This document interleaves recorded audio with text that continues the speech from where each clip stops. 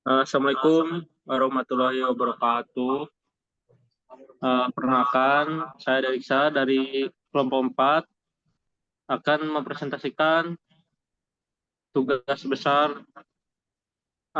kecerdasan buatan. Dari kami, tugasnya dengan judul pengelompokan kecabangan TNI Angkatan Darat.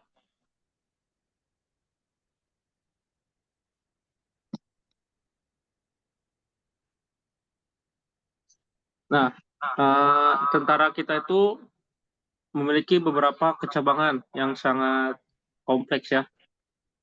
Jadi TNI Angkatan Darat khususnya yang lagi kami teliti memiliki berbagai cabang yang masing-masing cabangnya tuh memiliki peran yang spesifik dalam menjaga keamanan. Mari kita bahas pengelompokan dan peran masing-masing kecabangan. Next. Nah, untuk klasifikasi kecabangan TNI Angkatan Darat, yang pertama ada Satpur, di mana Satpur itu ada infanteri, kavaleri, armed, dan arhanud. Lalu di Satbanpur ada Jenny, penerbangan, peralatan, dan perhubungan. Lalu di Satbamin ada polisi militer, lalu ada topografi, kesehatan, keuangan, hukum, dan lain-lain. Jadi masing-masing cabangan memiliki jurusannya masing-masing. Oke, next. Nah, di infanteri sendiri, infanteri merupakan tulang punggung kekuatan tempur. Jadi teman-teman infanteri ini yang mereka yang bersenjata tetapi tidak memakai kendaraan tempur. Mereka pasukan berjalan. Lalu untuk kavaleri menggunakan kendaraan tempur seperti lapis baja untuk memberikan serangan cepat dan manuver yang gesit. Nah, untuk artileri memiliki senjata berat untuk memberikan dukungan tembakan kepada pasukan lain. Oke, next. Nah, cabangan pendukung tempur. Ini ada Jenny, arhanud, intelijen, dan komunikasi. Jenny yaitu bertugas untuk memperbaiki infrastruktur seperti bangunan-bangunan di markas, jembatan, dan mengatasi rintangan. Untuk arhanud, menjaga wilayah udara dari serangan udara musuh. Jadi mereka menggunakan berbagai sistem pertahanan udara.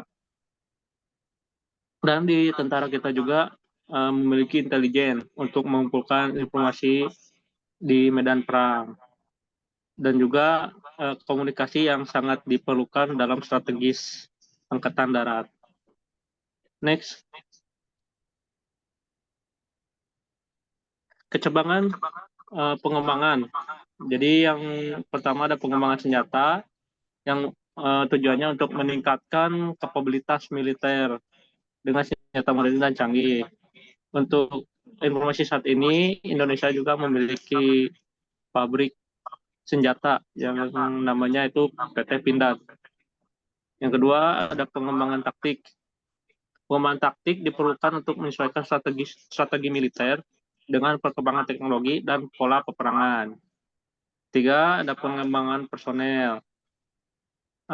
Pengembangan personel dilakukan melalui pelatihan, pendidikan untuk meningkatkan kualitas sumber daya manusia. Biasanya untuk pendidikan itu masing-masing kecabangan berbeda. Tuh, next. Nah, untuk yang selanjutnya, tanggung jawab dan tugas pokok tiap kecabangan. Yang pertama ada infanteri, yaitu dia itu serangannya bertahan dan menguasai medan. Biasanya itu yang mengendap ke markas musuh. 2. Kavaleri, serangan cepat dan manuver yang gesit. 3. Artileri, dukungan tembakan kepada pasukan lain. 4. Jenny, yang membangun dan memperbaiki infrastruktur. Lalu Arhanur menjaga wilayah udara dari serangan udara musuh. Lalu komunikasi atau perhubungan, menghubungkan seluruh unit militer. 7. Intelijen, mengumpulkan informasi tentang musuh dan medan perang. Berikut ada gambaran keunggulan masing-masing kecabangan. Next. Nah, sinergi antar kecabangan dalam operasi militer. Yang pertama ada koordinasi, yang tentunya ini sangat dibutuhkan dalam medan perang. Setiap kecabangan harus berkoordinasi dengan baik untuk mencapai tujuan operasi-operasi. Lalu komunikasi juga yang sangat penting dan efektif untuk memastikan kelancaran operasi. Yang ketiga ada dukungan, tentunya pengaruh dari komandan sangat besar ya untuk semangat bagi para prajurit di kecabangan tempur. Next. Nah, pengembangan kecabangan di masa depan. 1. Modernisasi, peningkatan teknologi dan persenjataan. 2. Pelatihan, peningkatan kualitas sumber daya manusia. Biasanya prajurit kita selalu dikirimkan ke luar negeri untuk menjalankan pelatihan bersama tentara luar. Ketiga, sinergi, peningkatan kerjasama antar cabang-cabang. Next. Nah, berikut merupakan minimum esensial force alutsista TNI Angkatan Darat dari 2010 hingga 2024. Dari mulai senjata ringan, meriam, roket, rudal, kendaraan tempur, hingga pesawat terbang. Berikutnya untuk tutorial menggunakan tools Rapid Miner akan dijelaskan oleh Rifki. Maka itu Rifki dipersilakan. Untuk tutorial penggunaan Rapid Miner, cara unduh dan instalasi toolsnya pertama adalah membuka website Rapid Miner melalui link yang tertera berikut tampilannya. Kemudian setelah daftar dan login melalui website tersebut, kita dapat mendownload installer Rapid Miner-nya melalui link yang tertera. Kemudian nanti kita klik logo yang Windows ini, download AI Studio 2025. Misal pakai Windows, berarti pilih yang pakai Windows. Terus klik pada logo Windows-nya. Terus setelah di-download, kita klik installernya, kemudian akan muncul pop-up seperti berikut, yang seperti ini. Kemudian kita klik next. Kemudian di sini kita terima perjanjian pengguna, kita klik I agree. Kemudian setelah terima perjanjian pengguna, kita tentukan lokasi untuk install aplikasinya. Misal secara default kita lokasi instalasinya berada di direktori C, program files, Altair Rapid Miner AI Studio 2025.0.0. Kemudian kita klik tombol install. Tunggu sampai proses selesai. Kemudian akan muncul pop-up seperti ini. Lalu kita klik finish. Setelah instalasi selesai, pastikan Rapid Miner-nya sudah terinstall dengan baik ya. Kemudian kita pilih opsi ketika sudah finish, otomatis kita membuka aplikasi Rapid Miner-nya. Kita pilih opsi use Rapid Miner license system karena kita belum terinstall lisensi di aplikasi. Jadi kita pakai lisensi default. Kemudian Nanti akan pop up tampilan aplikasinya, kemudian kita login menggunakan akun yang didaftarkan melalui websitenya.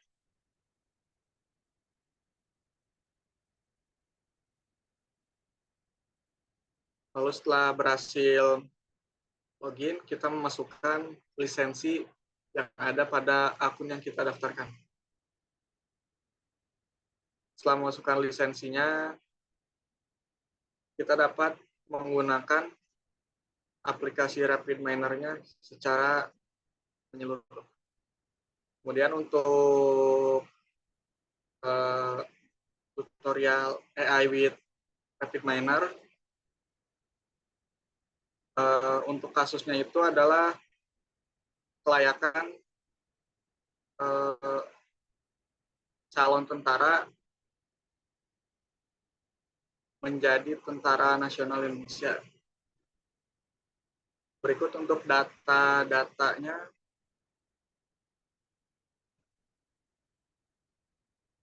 Untuk data-datanya ada data usia, ada data tinggi, ada data berat, ada data tes fisik, ada tes psikologi, dan juga tes kesehatan. Kemudian untuk tutorial AI with RapidMiner-nya, pertama adalah kita buka aplikasi RapidMiner-nya. Tampilannya nanti akan seperti ini untuk aplikasi RapidMiner-nya. Kemudian kedua, kita drop read Excel dengan cara pada bagian operators, klik pada data akses, lalu files, lalu read, lalu double klik pada read Excel. Pada operators, kita klik data akses, lalu files, lalu read. Kemudian ini yang read Excel, kita double klik. Nanti akan otomatis masuk ke dalam Windows proses. Kemudian pada bagian parameters, read Excel, kita klik import configuration wizard.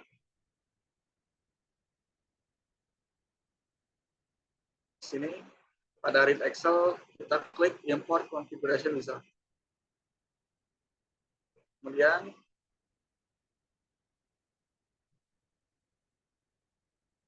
kita pilih file Excel yang berisi dataset. Dataset adalah data kumpulan data yang tadi sudah ditentukan.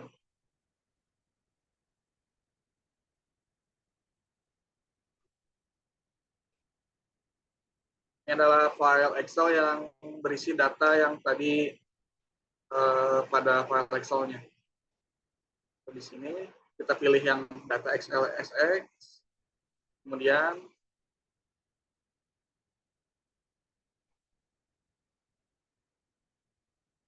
kita klik next.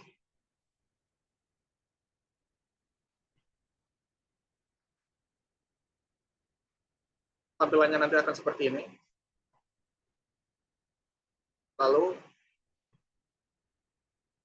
kita pilih data semua kolom. Secara default ini sudah terpilih semua ya untuk kolomnya, dari kolom A sampai kolom G otomatis. Untuk memperjelas kita klik select all. Kemudian kita klik next.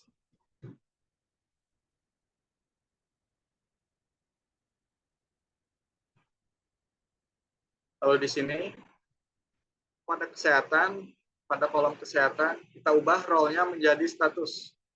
Lalu klik OK.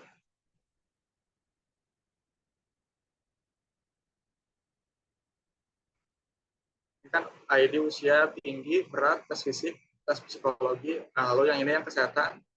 Kita ubah role-nya yang tadinya polinominal, yang tipenya tadinya polinominal, karena polinominal tidak bisa di generate oleh algoritma AI-nya, kita ubah role-nya. Kita ubah menjadi status.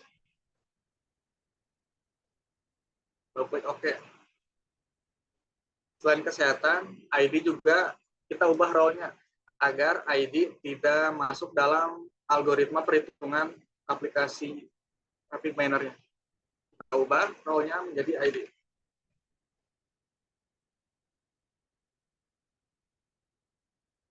Kemudian kita klik finish. Tidak ada error.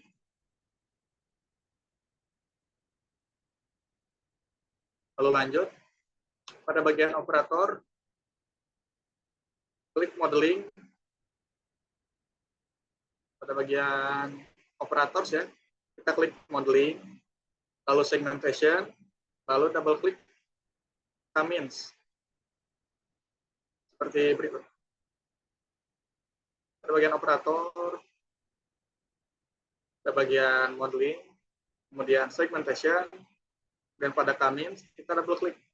Maka otomatis nanti akan muncul langsung pada proses. Kemudian setelah itu pada bagian parameter clustering K-means kita isikan K dengan 2, di mana K adalah banyak cluster. Kita asumsikan untuk cluster 0 adalah lolos dan cluster 1 adalah tidak lolos. Berikut untuk praktek. Pada bagian parameter clustering, pada K kita masukkan 2.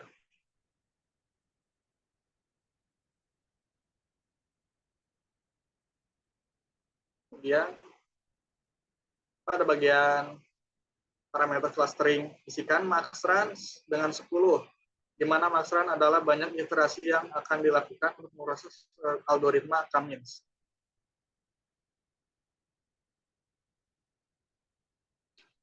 Runs kita masukkan 10. Sudah kita masuk 10. Lalu hubungkan out dari read Excel ke exa clustering K-means. Out pada read Excel kita klik, lalu hubungkan dengan exa pada clustering. Kita klik exa, sudah terhubung, tidak ada error. Kemudian setelah itu kita hubungkan clue dengan dari clustering K-means ke res. Itu prakteknya pada clue clustering, kita klik, kemudian kita hubungkan pada res. Kita klik. Setelah sudah terhubung semuanya, kita jalankan gitaran prosesnya dengan menekan tombol run yang biru ini. Kita klik, tidak ada error. Berikut adalah hasilnya. Untuk cluster 0 yang kita tentukan tadi berarti adalah klasifikasi untuk calon tentara yang lolos. Kemudian yang cluster 1 adalah yang tidak lolos. Jumlahnya adalah ada 12 data ya, sesuai dengan data yang tadi pada Excel. Untuk lebih jelasnya, pada cluster 0 ada data pertama, ID pertama, di mana usia 22, tinggi 175, berat 70. Edited.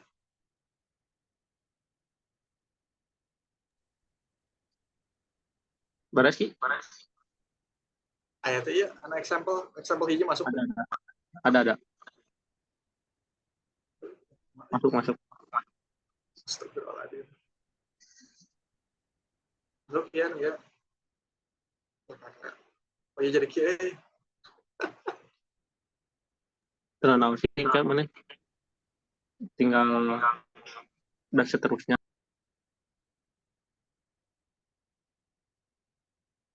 Dan ada ID 3, ada ID yang 5 dengan kesehatannya sehat ya. 7, 9, 10, 12 semuanya tes kesehatannya sehat ya, dan untuk nilai tes yang lainnya itu sangat tinggi ya. Kemudian untuk pada klaster 1 di mana tidak lolos, Untuk tes kesehatannya tidak sehat ya, meskipun tes psikologinya tinggi. Dan ini juga sama, meskipun sehat, tapi tes fisik dan tes psikologinya tidak terlalu tinggi, tidak lolos ya. Ini juga sama. Nah, ini juga meskipun tes fisik dan psikologinya tinggi, tapi kalau tidak sehat, tidak lolos ya. Berikut juga.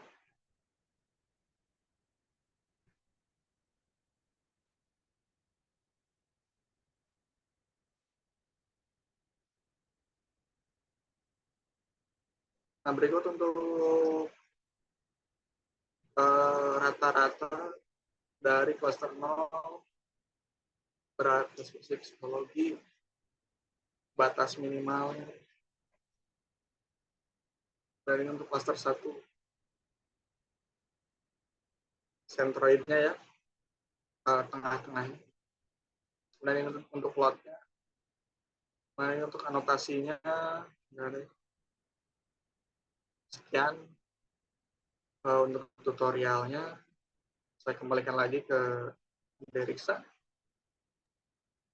Baik, berikut merupakan hasil dari presentasi kelompok kami. Atas kekurangan semua, mohon maaf. Wabillahi taufiq wal hidayah. Wassalamualaikum warahmatullahi wabarakatuh.